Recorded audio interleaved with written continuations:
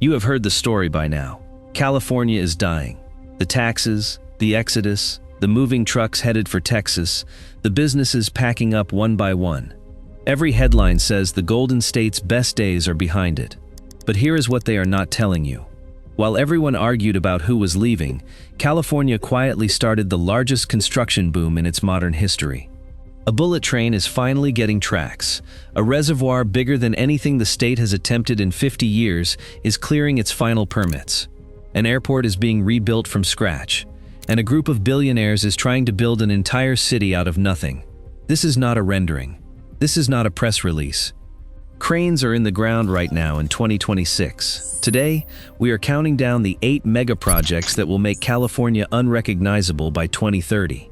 If you own property anywhere near these projects, you need to watch this.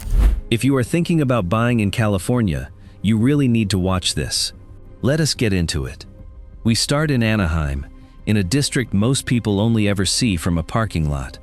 For 30 years, the land around Honda Center was exactly that. Acres of asphalt that filled up for a Ducks game and sat empty the rest of the year. The pitch behind OCVibe is simple. Take 100 acres of parking lots next to a major arena and a regional train hub and build Orange County's first true walkable entertainment district. The Samueli family, the billionaire owners of the Anaheim Ducks, are funding it privately, with a commitment that started at $4 billion and has grown to $5 billion. The plan includes more than 35 restaurants, 2 hotels, 20 acres of parks, 2,200 apartments, and a 5,000-seat concert hall, the first venue of its size in Orange County. Honda Center itself is getting a $1 billion renovation before it hosts Olympic volleyball in 2028. And here is the detail most coverage misses. In 2024, the developers went back to the city and cut a 384,000 square foot office complex from the plan, replacing it with more apartments because office demand collapsed and housing demand did not. OCVibe will not outdraw Disneyland, and it was never meant to. But when the first phase opens in early 2027, Anaheim stops being a place you visit for one attraction and starts becoming a place you stay. Now we head south, to a city that just tore down its own front door. San Diego International is the busiest single runway airport in the United States, and until last year, most of it ran through a terminal built in 1967. That terminal is now rubble. In September of 2025, the airport opened the first phase of its new Terminal 1. 19 gates, a central security checkpoint, outdoor check-in pavilions, a 5,200-space parking plaza, and nearly 5 miles of new roadways and bridges. The full build-out lands in early 2028 at 30 gates, with a total price of $3.8 billion. The airport authority says the project will have created more than 25,000 jobs, paid $2 billion in wages to local workers, and generated an estimated $4.5 billion for the regional economy. Here is the structural piece. Because San Diego has one runway, this project cannot add many more flights. Roughly 50 operations an hour is the ceiling. Every dollar is going into capacity on the ground, not in the air, and it is funded through a lease agreement with the airlines, rather than a general tax. The honest read is that this makes San Diego dramatically easier to fly through, not dramatically bigger. But for the second largest city in the state, a front door built in the 60s was becoming a real economic problem. The next project has nothing to do with terminals or towers. It is about water. Drive an hour north of Sacramento into Solano County, and you will find quiet ranch land in a valley west of the little town of Maxwell. By the early 2030s, that valley is scheduled to be underwater. Site's Reservoir is the first major reservoir California has attempted in roughly half a century, priced between $6.2 and $6.8 billion by the State Water Commission. And the design is the interesting part. Sites does not dam a river. It is an off-stream reservoir which fills by pulling water out of the Sacramento River during major storms, exactly the kind of fast, violent atmospheric river events climate scientists say California will see more of. The state says the finished project will help store enough water to supply 4.5 million homes a year. In January of 2026, the project cleared its federal record of decision. Final permits are expected this fall, and the state has made it eligible for over $1.3 billion in voter-approved storage funding. Worth remembering, voters approved that money back in 2014. It took more than a decade of review to get here, and the reservoir will still need wet winters to fill. But for the farms and towns of the Sacramento Valley, this is the difference between drought years that hurt and drought years that end careers. Notice the pattern so far. None of these are concept art. Every project on this list is funded, permitted, or already under construction. If you are the kind of person who wants to know where California is actually headed, instead of where the headlines say it is headed, you are exactly who this channel is for. Subscribe, because the top 4 is where the numbers get hard to believe. Number 5. Los Angeles International Airport is in the middle of a $30 billion rebuild, the largest airport transformation in the country, and the centerpiece is a train, with one of the most painful backstories in American construction. The automated people mover is a 2.25-mile elevated train with 6 stations, designed to lift travelers over the airport's infamous horseshoe loop, a road layout that got its last major upgrade before the 1984 Olympics. The train was budgeted at $1.9 billion. It now stands at $3.34 billion, nearly double, after years of delays and legal fights, and in July of 2026, the contractor sued the city again. The current target is passenger service in October of 2026, after already missing this summer's World Cup. Around it, the rest of the transformation is very real. The LAX Metro Transit Center opened in June of 2025, finally putting the airport on the rail map, and a new Terminal 9 and Concourse 0 are moving ahead of the 2028 Olympics. The balanced read is that this is simultaneously the most delayed train in America and the most transformative piece of infrastructure in Los Angeles. The day it opens, the decades-old ritual of circling LAX in traffic starts to die. And for Inglewood and Westchester, the neighborhoods around the airport and the new rail lines, that is not a small thing.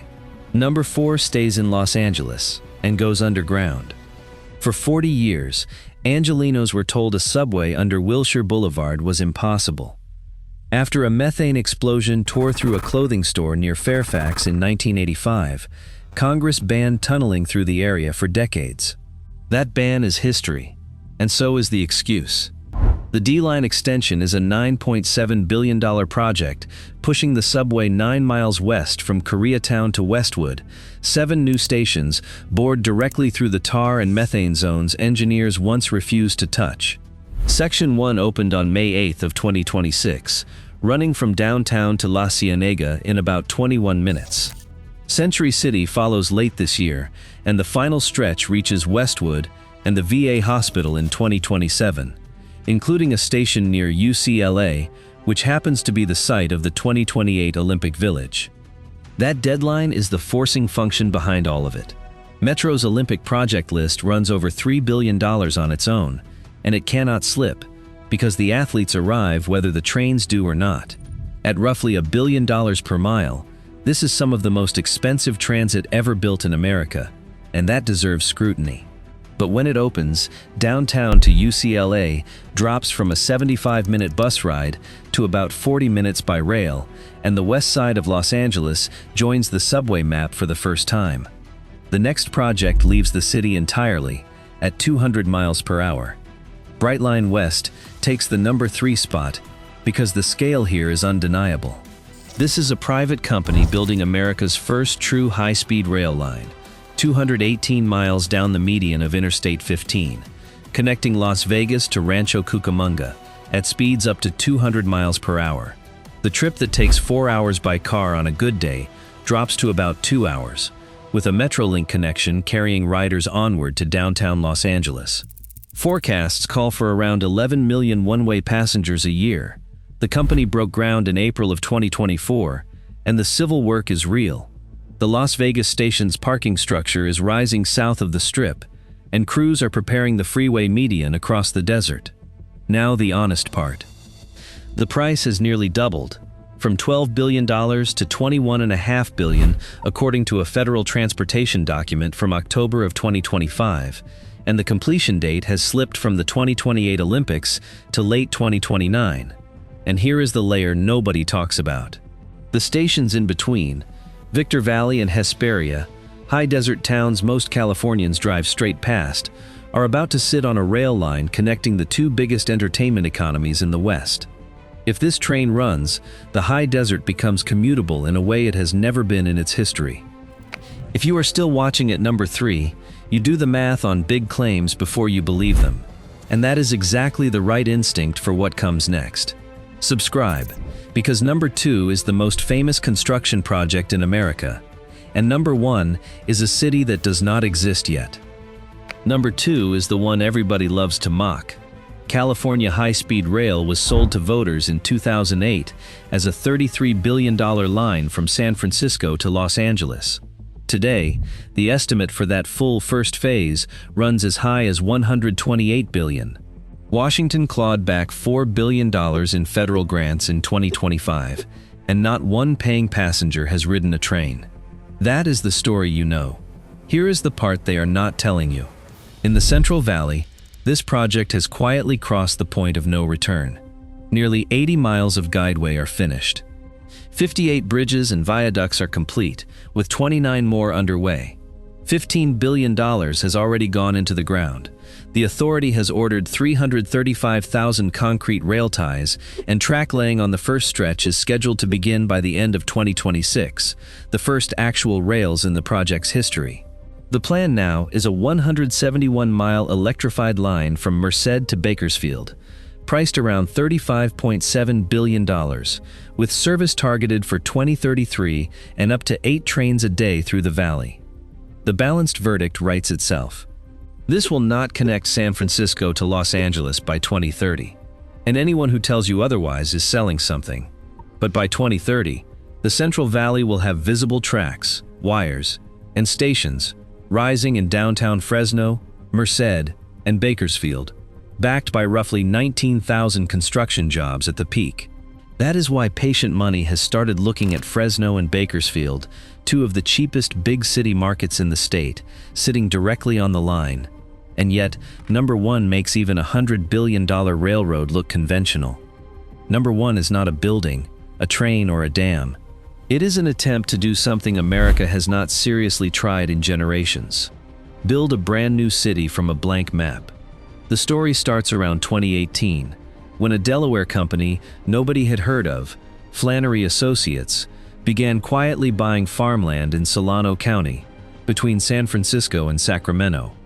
Year after year, parcel after parcel, until it had spent roughly $900 million and controlled more than 50,000 acres, 78 square miles, making it the largest landowner in the county.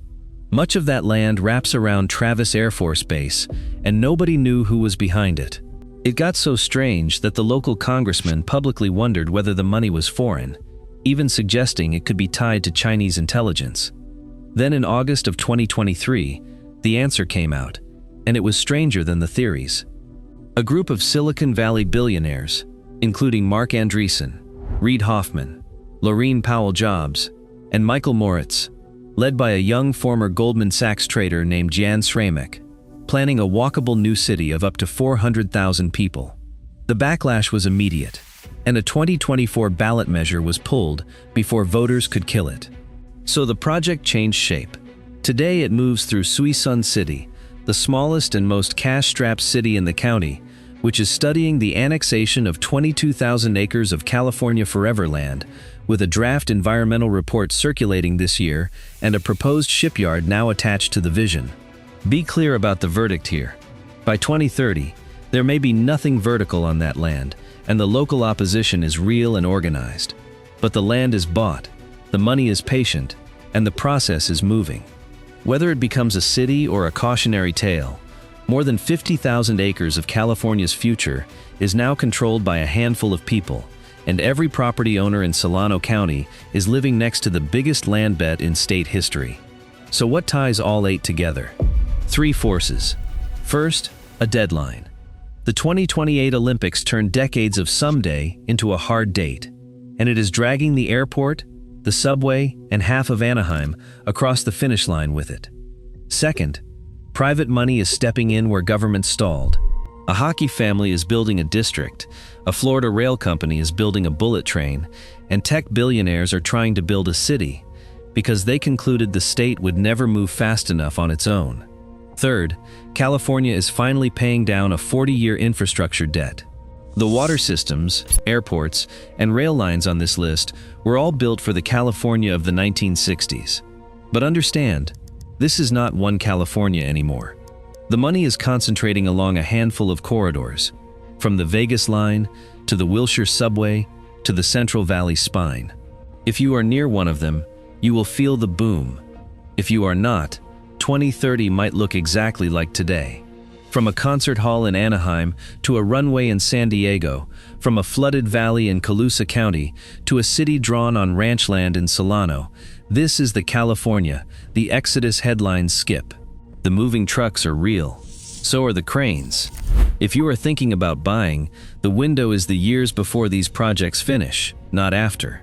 If you already own near one of them, patience is your friend, because completion dates move, but completions still change everything around them.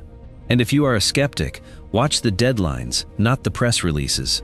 Drop a comment and tell me which project surprised you most and which one you think I ranked wrong. I read every one. Subscribe, because I cover where American real estate is actually headed every single week. We will see you in the next one.